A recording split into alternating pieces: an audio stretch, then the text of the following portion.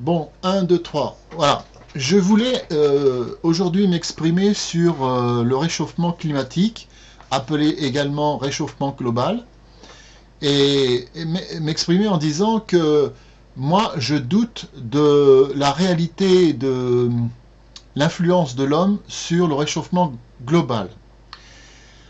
Ces derniers jours, nous avons eu deux canicules en France.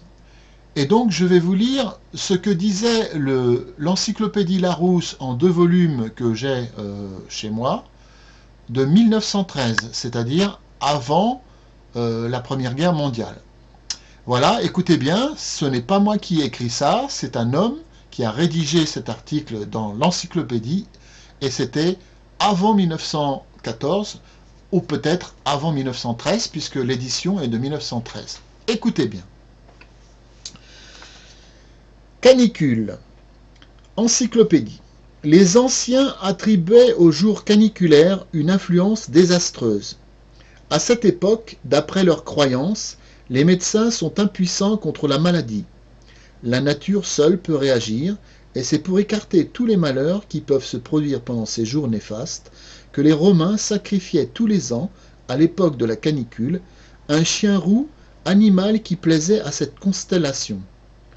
Aujourd'hui, on attribue encore, dans quelques campagnes, une influence funeste à la canicule. Ceci s'explique car le temps caniculaire est l'époque la plus chaude de l'année.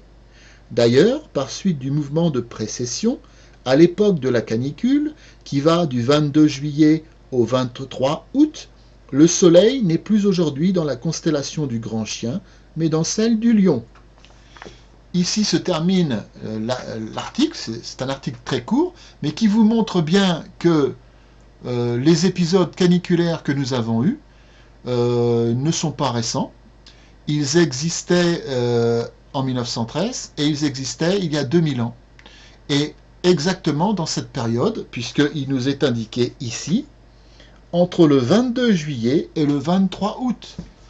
Donc, toutes ces conneries que vous pouvez entendre sur BFM TV, la chaîne de l'information, c'est du pipeau. Voilà, c'est une vidéo extrêmement courte, 2 minutes 34, et je m'en réjouis. À bientôt.